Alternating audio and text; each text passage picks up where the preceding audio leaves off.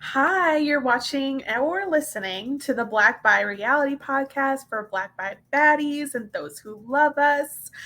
I am here because we're starting another playlist for a very different kind of show called Cruel Summer Season 2. And I am not going to be recapping this alone. I have Alisha here, a writer and poet, an artist from Brooklyn, New York. She is a queer, non binary femme who loves working on their book, matcha lattes, cartoons, and Afrofuturism. And honestly, the spooky ookie. This is why we're covering Cruel Summer. Um, Hi, Alisha. Hi. Hello. Great intro. Thank you. Cruel Summer is not explicitly Black or queer. It's actually not. Not. I mean, this season we have a Black main character. Yes. And I think we should really talk about like how whether or not they're writing her in a way that's working or not, or that's true or not, that feels realistic as a Black femme or not. Yeah. But should we give like To be honest, we watched the first season, which was very white, but like very straight too. But we were into it because Alisha, I think you more so like I said, the spooky ooky, a mystery to dive into. Yes, I do like a good mystery, and it's the kind of show that you can't take it to heart.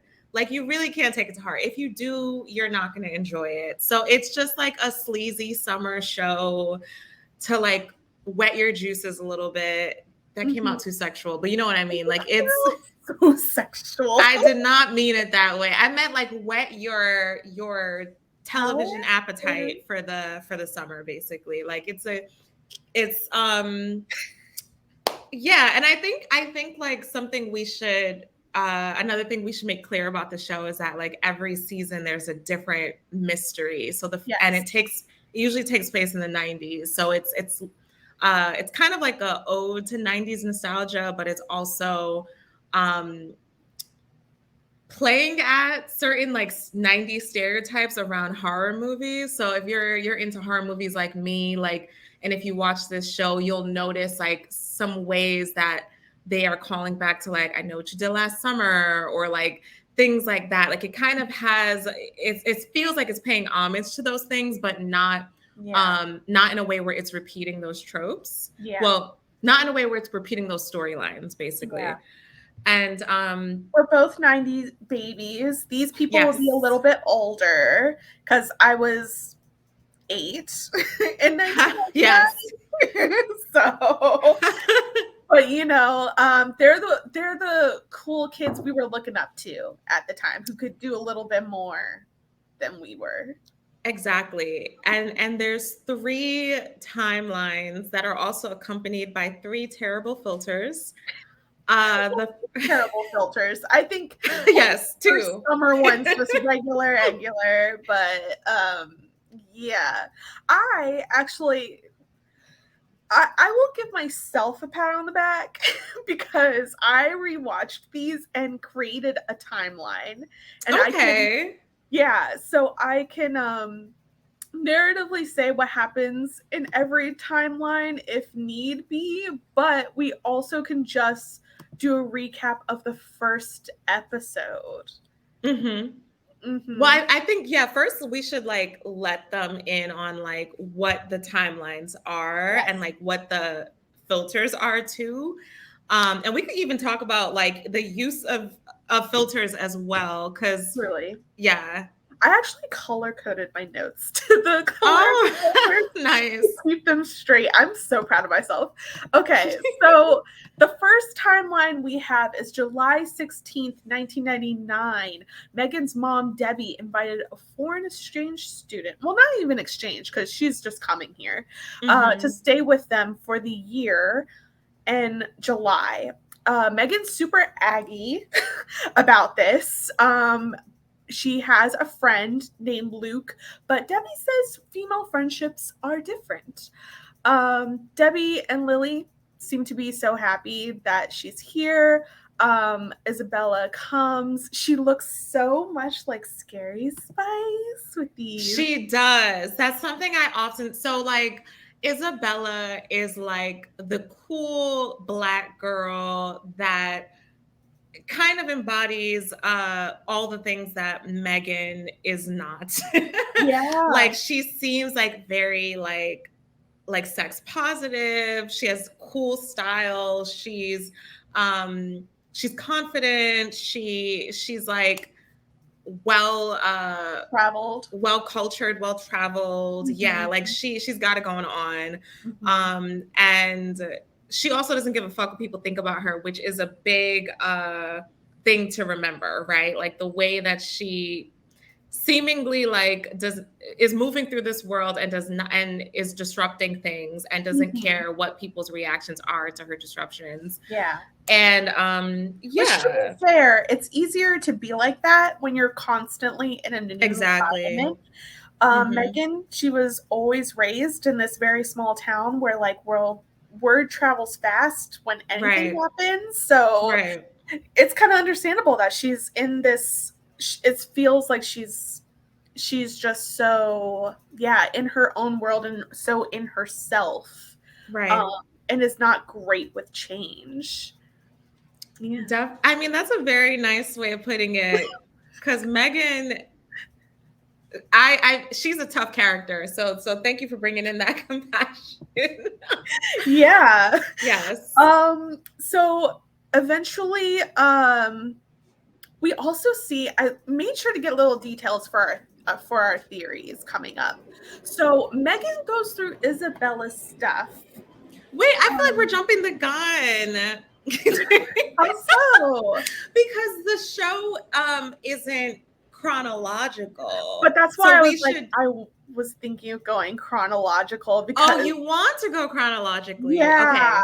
Okay. Yeah. That's why I've written out the notes to be like I think it will also help us theorize a little bit better. Well, I also thought maybe we should just give like a quick overview of what each timeline is. So like one is July, one is like the end of the year. Yes. Like just a quick description. One is December. So I think all of these might kind of follow around the same dates of different years. So the first one's July 16th. The next one I think is December 15th, 1999. And then the last green timeline is July 16th, 2000, which I think is the ugliest filter timeline. I think the ugliest filter is the second one, which is that weird blue timeline that's really, really dark. No character is lit well. It's very obscure. Yeah. Yeah. I think my mind can be like kind of okay with it because it's the winter. The most the winter. Basic. Winter is blue in your memory. Yeah. There's a lot of it's a lot of white. I feel like I don't know. I feel like in art, winter's often blue. Yeah, I personally feel like the blue is too heavy-handed. Yeah. It's pretty. It's a jarring switch, especially. Well, I think all of it's heavy-handed. Yes, and they are all heavy-handed. But to switch from like the first timeline, which is kind of regular colored, more naturally colored, to the second timeline that's blue, like they often jump from the first to the second a lot. Yeah. So that switch is very jarring. Yeah. But then blue to green doesn't feel as jarring to me than natural color to blue, Yeah. Because this is like a midnight blue. Like it's not like a Smurf blue. It's not like a sky blue. It's like an indigo, like nighttime blue. We cannot keep going on about this filter. Yes. But yeah, I feel you. So okay, now that we have 3 timelines, can I go deeper into the first one? Yes. Okay. So she goes through Isabella's things, the audacity, But she does find something interesting. She finds a floppy disk that's labeled summer 1998. And then she has sure a does. passport full of stamps, which we know this, but that's a very interesting tidbit that we have not seen much more on. Meanwhile, the adults, Debbie works for Steve, it seems, and tells Steve that this Northland project, it's high risk, but he thinks it'll bring business to the town year round. And he's getting investors. They work in a developer business. So that's his goal. Meanwhile, the kids go to the Bloom where there's like blue luminescence in the ocean. It made me think of Stardew Valley. There's little like I think it's like squids or not squids, jellyfish come. Everyone is drinking, but Debbie doesn't. She does not drink. Something to think about. Isabella later asked Debbie, she asked Megan, are you okay if I hook up with Luke? I think she already senses that like there might be something between them, which I don't honestly know how she gets that. They do, you know what they do? They fist pump each other so much. Did you notice that? Fist pumping must be a code for sexual tension, I suppose. It's such like, hey, dude, like you get, even though we know that Megan is like applying for colleges, so they have to be seniors, it very much feels like freshman year. Like over the summer, everyone hit puberty, and like the friends that you used to only be like, they're boys and they're my friends. Now it's like, oh, I might think you're hot. It has that energy, but it's like their senior year. No. Yeah, it's senior year. No, that makes a lot of sense. Now I'm curious. Like when you were in high school, how did you greet your friends? Because I'm wondering if this is also a 90s thing, right? Or like, because I could see it being fist bumping or high fiving, those being like a 90s greeting for friends. Because going to high school in the 2000s, everybody just hugged. Exactly. Like everyone just hugged. Yeah. I wonder what it is now. But it's not like that kind of fist pump that like we know, or a fist bump. It's like they're doing it to each other's shoulders. They're like, hey, bud. Like I feel like they're about to call each other like, hey, squirt. You doing well? Squirt. It's such a weird, like almost from elder to like subordinate kind of move, but they keep doing it to each other. Like it's that's weird. Normal. I actually don't see it as like an elder to subordinate. Okay. I see it as like, I mean, I could see why it's read that way for sure, but I kind of see it as like as an awkward, like I don't know what to do with my hands right now. Like I want to touch this person, but I don't know how. So I'm just gonna like it's like an awkward thing that people that sometimes white people do. I feel it might be a white thing. Yeah, it might be. We can move on. Yes. Okay. So yeah. Then Megan, she lies. She's like, yeah, it's okay. You can flirt with him. And then she goes off and does so, and she looks so sad. At the end of this timeline, Megan and Isabella make it home, and Megan apologizes for going through her stuff. Okay, first of all, the racism. Like, why are you going through homegirl stuff? Like, why are you going through, like, why? And she's acting like this is the first time she's seen a cool Black person before, or just a Black person.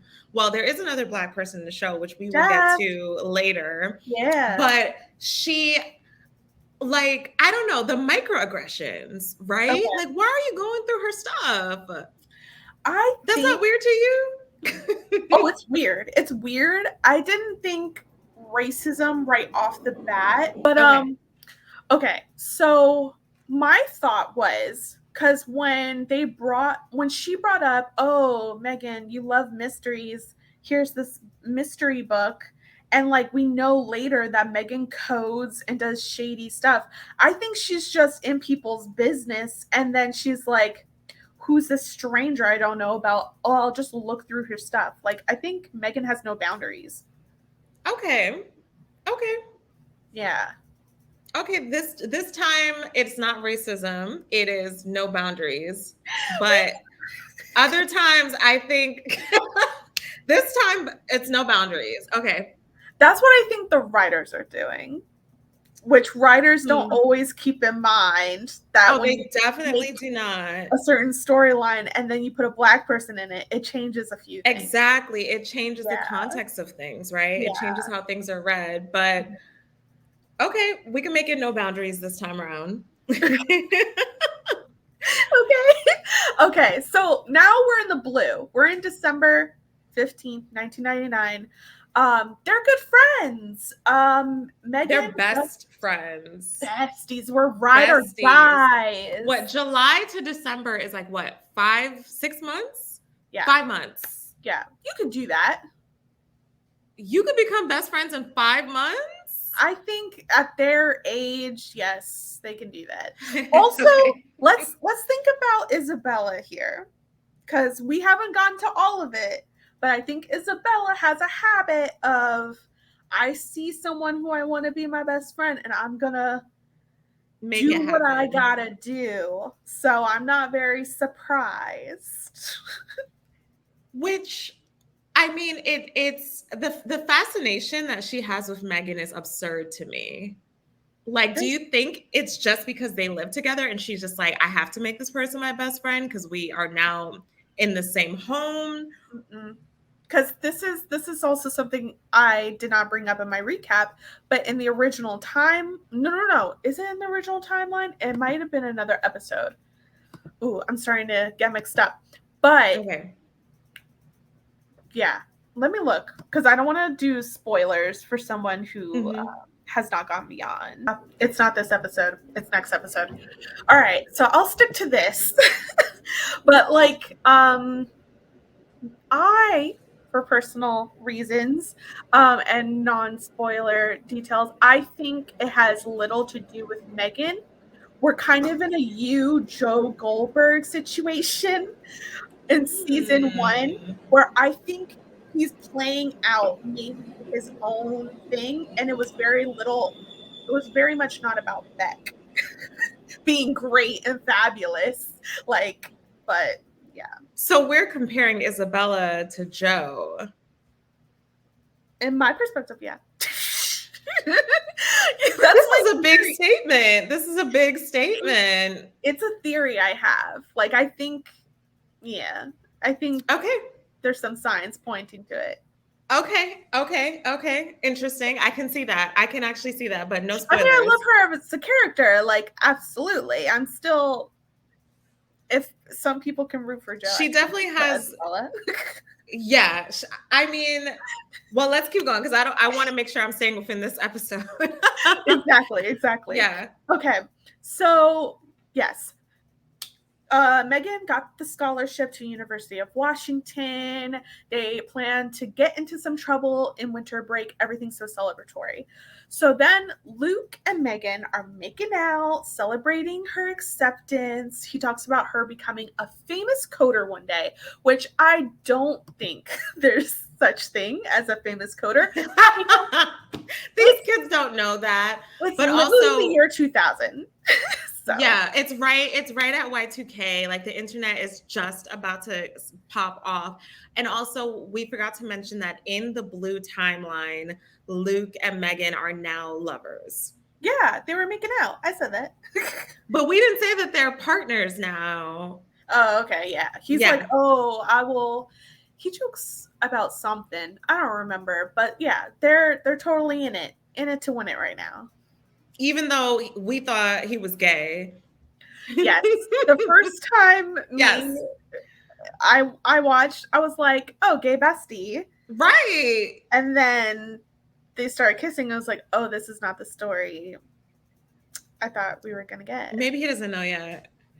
Maybe. Maybe. Now, Debbie congratulates Megan. She says that she will be the first Landry woman to go to college. And we also get a glimpse that Debbie is behind on bills. So that just shows where this family is coming from. Meanwhile, business, truly the least interesting thing to me, but I know it's going to come into play somehow. Investors fell through, and Northland project, Steve said he thought it was going to be a way for them to recoup money. So they got to find something else. And Debbie makes a whole joke of, use your charisma. All these ladies in this small town would want you, and they're making out, which in the parking lot, small town, everybody's all up in your business, and they just making out. It must be an open thing, though. It has to be an open thing because they go to a party later. But it's so wild. I hate when shows, and Gossip Girl did this, where they have two high school characters, like will they, won't they, and then their parents apparently also. So it's like, what is happening here? And everyone's cool with it. Wait. Steve is Luke's dad. Yeah. You didn't put that together? You didn't put that No, I think I'm just not realizing that she was hooking up with his dad. I hate when they do that. It's weird. Also, and something that creeps me out once a year is that in Clueless, the stepbrother, they become boyfriend and girlfriend. But it doesn't matter because they were. But it doesn't matter. They make so many like ways to make it work. But yes, it's so creepy. They love doing it. But we'll also later see that Debbie and Steve have very different thoughts about their children being together. So Megan and Luke, they are getting it. They're getting it at the lake house. They're so excited about her acceptance. They're about to make a baby. But then they hear gunshots outside. So they quickly get up, be like, what the heck is happening? Apparently, there is a coder like royalty that's living in the town, and he's just shooting his gun over and over. Luke says he is probably not all there. He believes the world is going to end with Y2K. Which a lot of people did believe. They did. They did. Yes. Apparently Luke can tell the future and is smarter than everyone.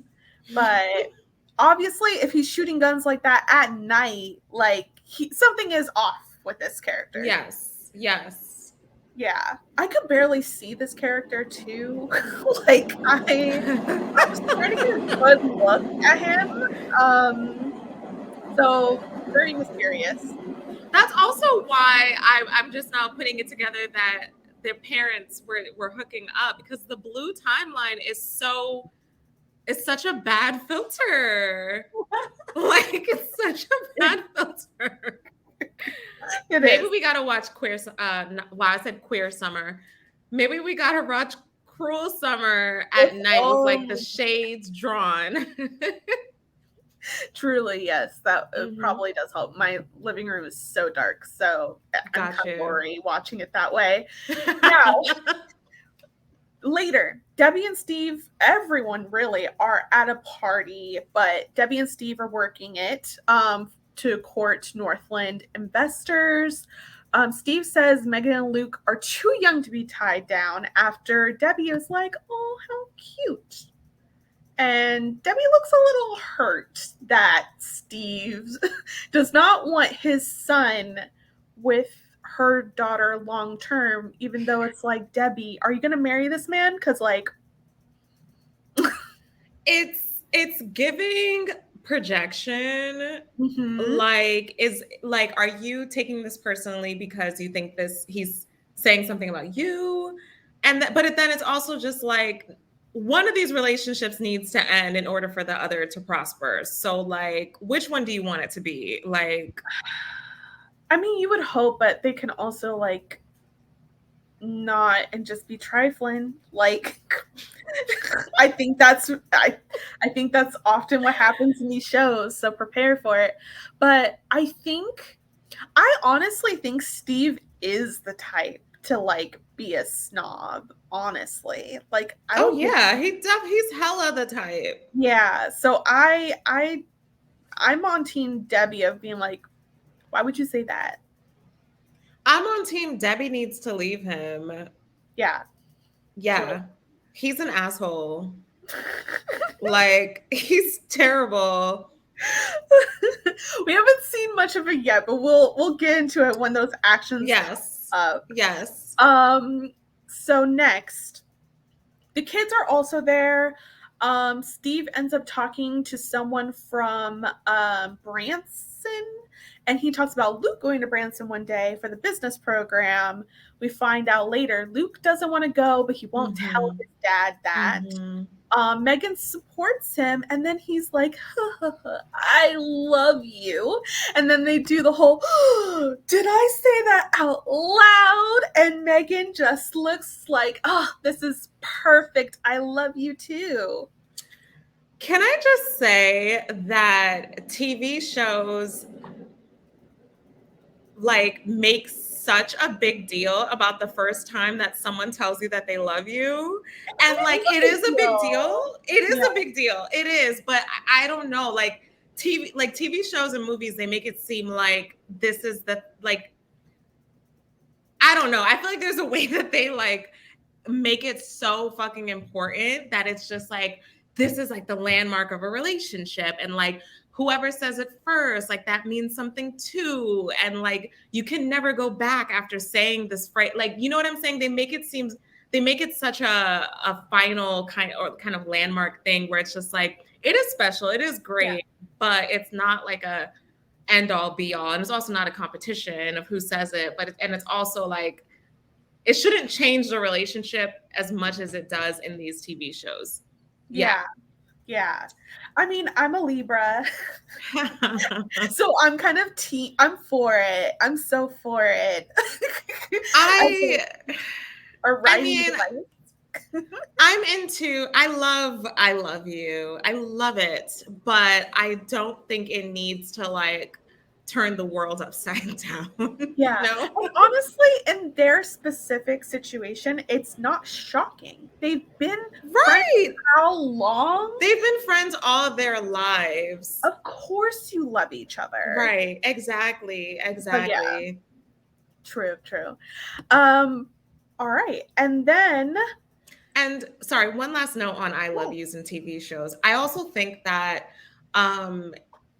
the pressure to like say it too, or to feel it at a certain point in your relationship is also something that I think can have an effect on like real life too. Like it's like the ways that TV portrays this phrase romantically, it seeps into how we experience it realistically, right? So like if someone hasn't said it and it's been like a certain amount of time, you start to feel like, damn, should I stay in this relationship? Because does this person love me? I think I love them, or maybe I should be loving them, and you know, love happens.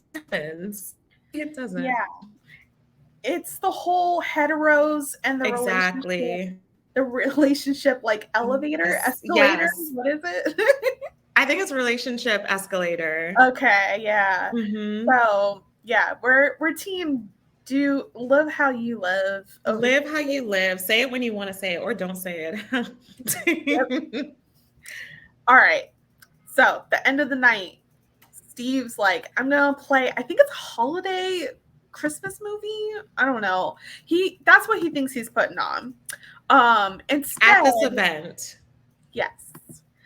Instead, what comes on this big old screen for everyone to see is Luke having sex with someone. Truly, the first time I watched this, I was like, what am I looking at? I just see legs. Could not tell you the race of the legs, the gender of the legs. But everyone at the party quickly assumes it's Isabella. because of a pink sweater. A That's pink also sweater. in the room. Her pink sweater. Her pink sweater. It is And yes, this like hot pink sweater that she is also wearing at this event. yes. So everyone immediately turns to Isabella and is just like, what a best friend you are, man. Like, oh man, you can't believe you know, like it turns into that whole thing. And then what makes it even more ambiguous is that Megan like runs out crying, acting all betrayed, and then Luke runs after her and Megan runs after her. So it does kind of come off as like, You mean Megan runs out and yeah, then Isabella chases. yes, Megan runs out, Luke and Isabella chase, yes. And so it does come off as looking as like, oh, like possibly Luke and Isabella cheated and Megan is upset. Yeah. Yeah, it was honestly, as a writer, an unfair misdirect. It's an unfair misdirect for like for Isabella to try and grab her to like comfort her, and then she turns on her and she's like, get off of me, as if she's angry at Isabella, but it's like, right, exactly. but you're not, when we find out. But that's the last of the blue timeline for this episode. Yeah. We missed something about the blue timeline. Oh, what was it?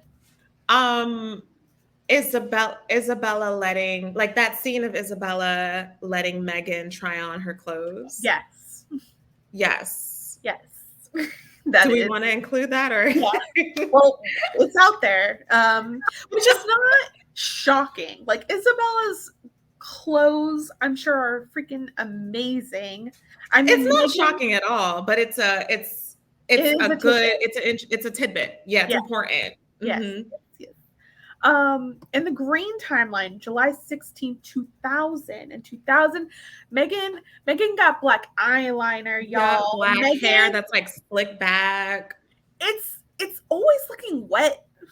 Always looking wet for no, like she got a Jerry curl or something. Yeah. She got piercings, y'all, and a new attitude. So in 2000, she's coding on her computer.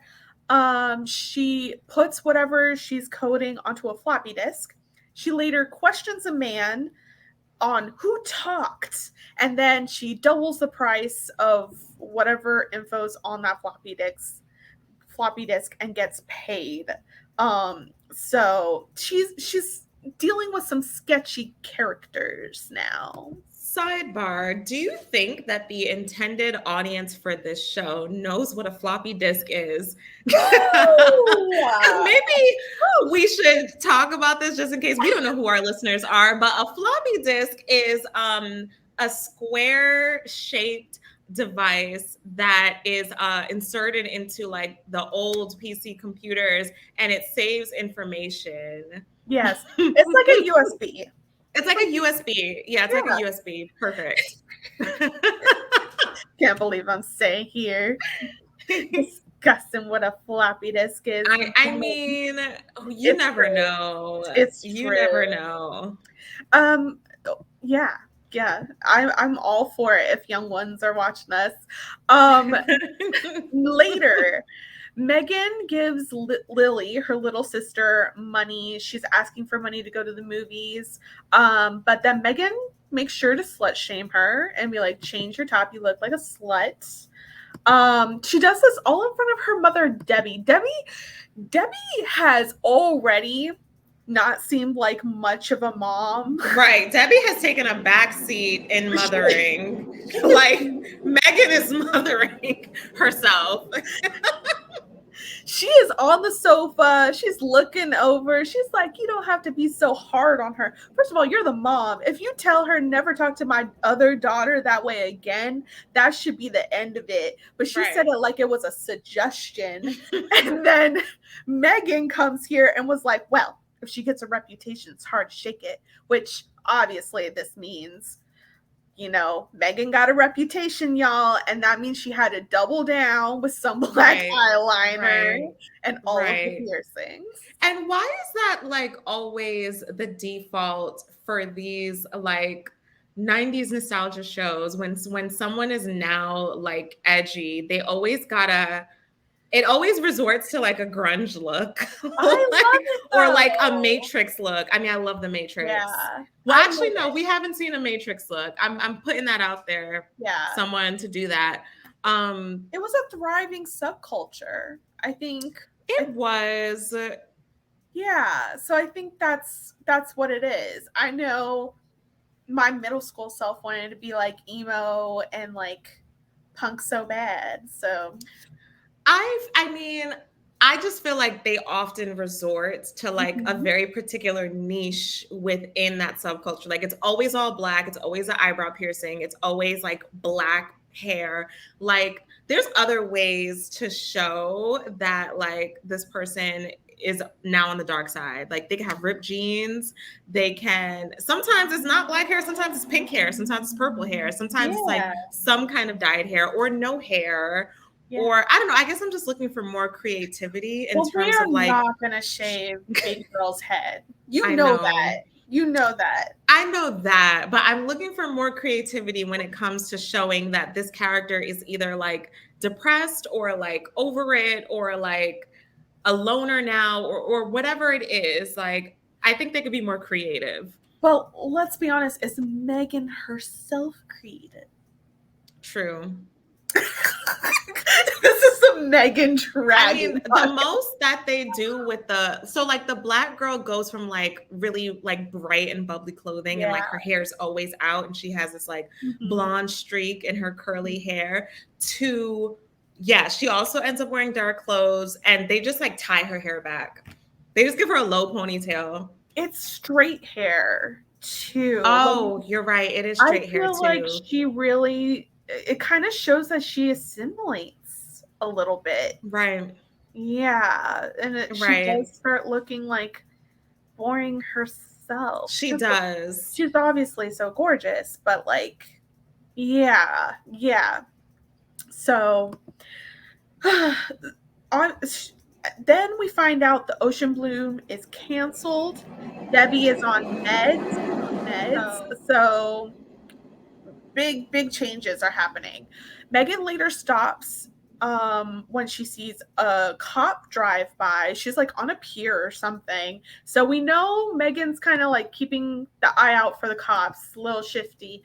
And then she sees a missing persons poster. We don't see whose face is on that poster. Yeah, the face is like ripped off. Yes. Parker shows up and she says this never would have happened if she didn't come to town, and Megan agrees. And they talking about the black girl, y'all. They sure are. So is this racism or or is this something else? I don't know, because we're still missing so much info. But right now it does feel like it's very much an Isabella is the scapegoat. But then again, I'm a little suspicious of Isabella myself, because what's on that 1998 floppy disk? What happened in 1998, Isabella? I mean, maybe it's none of our business. Maybe it's not a bad thing on that floppy disk. Maybe it's like a home video of her and her family. Like she is away from her family. Maybe she needed to bring something with her that's a memento of them. Like we don't need to assume it's something that she's hiding. It could be something that she's keeping close because it's personal in a different kind of way. It's what a Scorpio would say. I mean, I just don't think that, like, I feel like we might find out that it's not something negative. Okay. Yes, it is suspicious that she moves all the time, that she travels all the time, whatever. But she did say that aren't her parents like the UN something? Like, am I wrong? I would not. Like they say something. They do some kind of prestigious job that involves like traveling a lot. But do we really know that? I don't think. I really like watched hard to prepare for this podcast. We do not hear what her parents do. And this is the problem with how they're writing this black girl, because like she doesn't have like any backstory, like clarified a clarified backstory that anchors her to something, right? Like they just kind of make it seem like she's in this town and her sole mission is to become best friends with this white girl. Like this white girl needs to like me. Like she's just seeking this validation hard. Yeah. And we don't really know much about who she is outside of being a bad bitch and wanting to be best friends with this white girl. Yeah. True. It is also a mystery. So I give a little bit of slack of like, okay, I know why you're not giving us her whole backstory right now. Leave something to the imagination, but it's wild.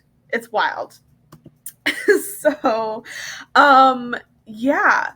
Debbie later overhears the lake is closed. Oh, no. This is Megan. Megan overhears that the lake is closed because a body was found when she's picking up meds at the pharmacy.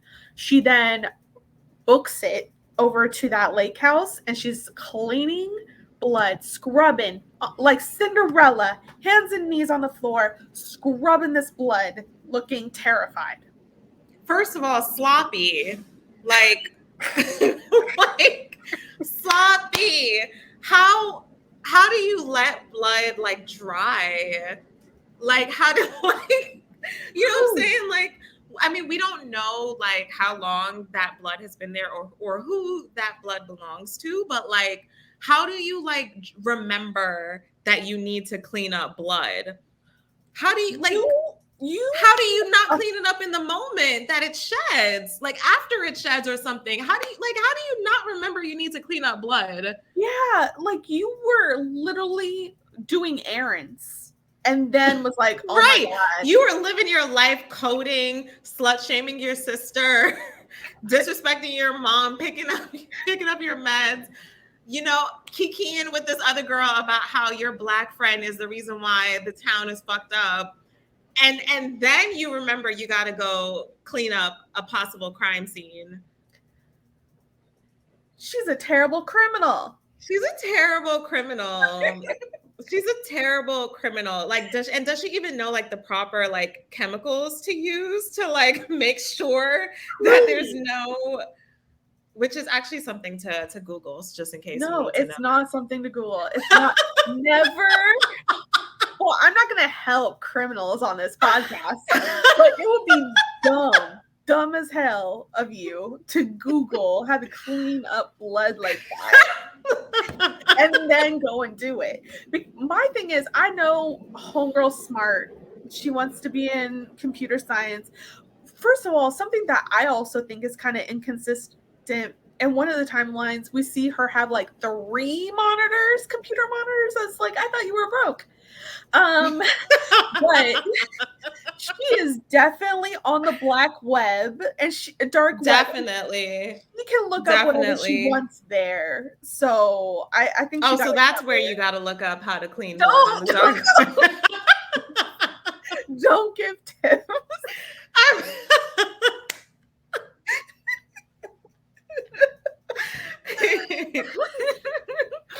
But yeah, so something happened at that lake house for sure. Lastly, in this timeline, Megan goes to the lake and we see a body get carried out. And Steve goes up, he looks right in, which is actually kind of wild because like wild. They don't let you do that. They don't let you do that in real life. No. They do not let you do that. But he goes up, he's like, it's Luke. And Isabel pops up out of nowhere looking alive because the first time I watched this, I was like, oh, Isabella dead for sure. I knew it had to be the boyfriend that's dead. I knew it. I knew that like the 2 main girls were gonna be a part of whatever the mystery is. But anyway, Isabella runs up on Megan and it's just like, we got to get our story straight. Sloppy number 2, dumb and dumber. She says that shit in front. There's mad people at the lake trying to see who this body is. And she doesn't even whisper it. She doesn't even lip sync it. She's not even like, you know, like she doesn't even lip sync it. She says it out into the air for the air to catch it and for it to enter the ears of people next to her. So dumb. Like, so dumb. So dumb. But no one They're hears. Gonna get caught. They're gonna get caught. I guess no one hears. No one hears. So the rest of the season is going to be about what happened to Luke. What happened to Luke? Who so did what it? are your theories at this point of what happened to Luke? I think it was an accident. I don't think anyone was intentionally killed. I think maybe there was a fight or an argument and someone was accidentally killed in the process. Yeah. Okay. I think after the vibe of season 1, it can't be an accident. So you think there is something sinister going on? There absolutely has to be something sinister. Like, that's what this type of show is. Well, if there is something sinister, I don't think it's a Black girl. Okay. I don't think it's a Black girl. But damn, I don't think it's a white girl either. The white girl doesn't have it in her, I don't think. Well, maybe she does. Because we don't know about that tape yet. We don't know what the truth of the tape yet is. Yeah. I think it might be too early to say like how. No, I like speculating. Let's see. I mean, we heard gunshots at one point. Yes. And we wouldn't hear that if that's not important somehow. Yeah. So that's one clue. And yeah, because Megan remembered that there's blood, clearly Luke didn't drown. Like blood was shed and maybe it happened in that cabin or lake house, whichever. And then I guess they dumped his body afterwards. Wow. Sloppy. Sloppy. Very sloppy. I think both of them were involved. Because, I don't know. The beginning. They were. Why else do they need to get their stories straight? They do. But I'm talking about, like, who did it, because you're saying, like, this ain't the Black girl's fault. I'm just hoping it's not the Black girl. I know you're hoping. I know you're hoping, but this is fun because like we could be on the opposite sides of this because I think it's gonna be both, but I think one of them, I think Isabella did something, or like I think Isabella. Okay, I'm really trying to think because also Megan's not like mourning, and she was like like I said, she was getting it in with this boy. They were childhood friends. We don't spend a lot of time of her actually mourning. I don't know. I feel like she just is more obsessed of, am I going to get caught? You know, it's like, it's not a guilt thing. So I think Luke himself, not to victim blame, but to victim blame. Okay. I think Luke himself goes down a certain road that then it makes it easier for, let's say, Isabella to turn Megan against him. So it was two girls against Luke in that way. Okay. Yeah. I think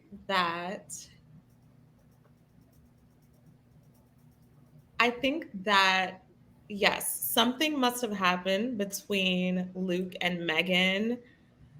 I still think Megan incited the killing. And I think Isabella is trying to cover it up. Okay. That's how I feel. And I feel like is the ride or die-ness mentioned in this episode? It is. Wait, it is. It is because they jump off. Because they jump off that cliff. So like I think like Isabella really takes that to heart, and I feel like she will she will go to the ends of the earth to protect this white girl. So I feel like this white girl did it, and that's why she's not mourning, because she probably feels justified for whatever reason she killed this boy. We know that his father is Steve, and Steve is trash. The apple does not fall far from the tree. So we might find out that there's something fucked up about Luke, and I think it has to do with this tape. I think that like something about this tape comes out about Luke, and maybe it disrupts something within this trio. Maybe. Yeah. There really isn't a lot to work with in terms of like getting from point A to point B of like how it's too early. But yeah, my main episodes. We got more episodes. Yes. My main idea though is that I think Megan did it, Isabella's covering it up. Okay. And I think Luke might be sketch himself. Isabella was able to take an opportunity.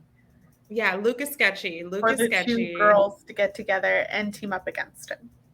But I think there's another person at play, because why else would Megan be like upset about whoever told? Remember when she was on her computer? I don't even know if that was part of it, you know? Like, I feel like what I got from it is that Megan doesn't go to Washington University at all. And so instead, she's at home, she's coding, doing things on the dark web, and like selling stuff off to people for money to cover Debbie and Lily. So why is she saying you told? She said someone told, and I don't know. You think okay. I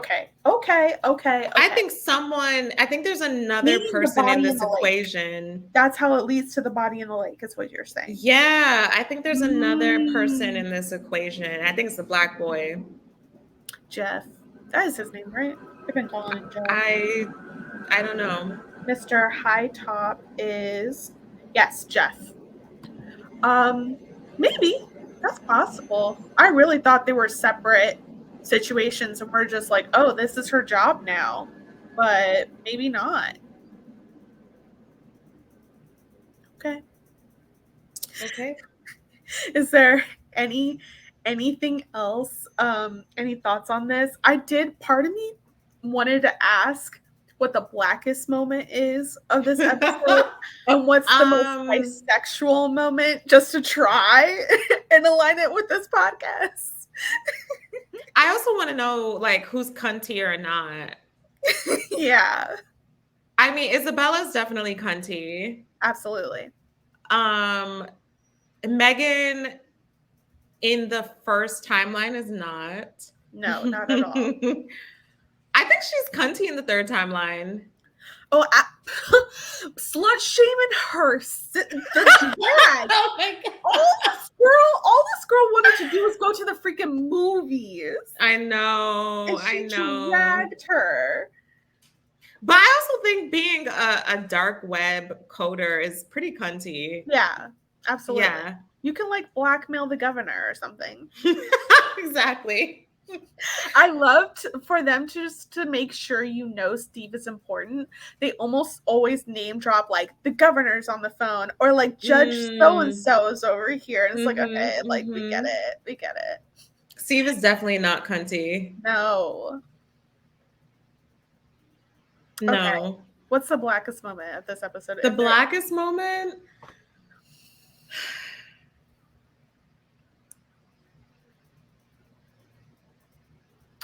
I think it's just Isabella's hair in the summer. Yeah. I would give that hair an award. I love it so much. It makes me think of when I was younger. I wanted to do those like stupid blonde extensions, but they're straight. So it would have not gone with my hair. But for her, she has those blonde streaks that should not work, but work. But they do work. They do work. Yeah. Yeah. I feel like her the way that she is just so unfazed about the people in this town feels very Black. Like the way that she just like walks down the street and like she just exudes this hyper confidence. Absolutely. Mm-hmm. But All then that right. disappears by the third timeline. I'm excited to see what that changes. Yeah, I'm excited too. Do we have a bisexual moment at all? Spice Girls. Spice Girls. When they were watching the Spice Girls music video. Yeah. Yeah. Okay. To be honest, the first time I watched it, I thought Megan was queer as well because of the boat scene when she's on the dock. Luke is about to go out with the friends. Okay. The two girls are in the back and they're looking at Megan and they're like, "Yeah, you never come." And Megan looks like kind of shy and awkward. I thought she was Hmm. like, "Oh my God, these like hot girls, like I'm Mm. nervous." Like I had such a different read the first time around. And then it's like, "Oh, no." No, I thought she was straight. I Yeah. thought she was straight. Okay. I I don't will know. still say that's my bisexual moment because Okay. that was my read on it. Okay. That is a good bisexual moment. Thanks. All right. So that's it. I would do a whole predictions thing, but we certainly watched the second and third episode. So we will just be back for a future episode talking about those. Please comment if you have your own theories, like, and subscribe to keep track of future content. Alisha, do you want people to follow you anywhere? Sure. My IG is ALISHA period ACQUAYE. Yeah. And check out everything that's in the notes or under the description. I will put a link there. So thank you for joining us and have a good one, guys. Bye. Bye.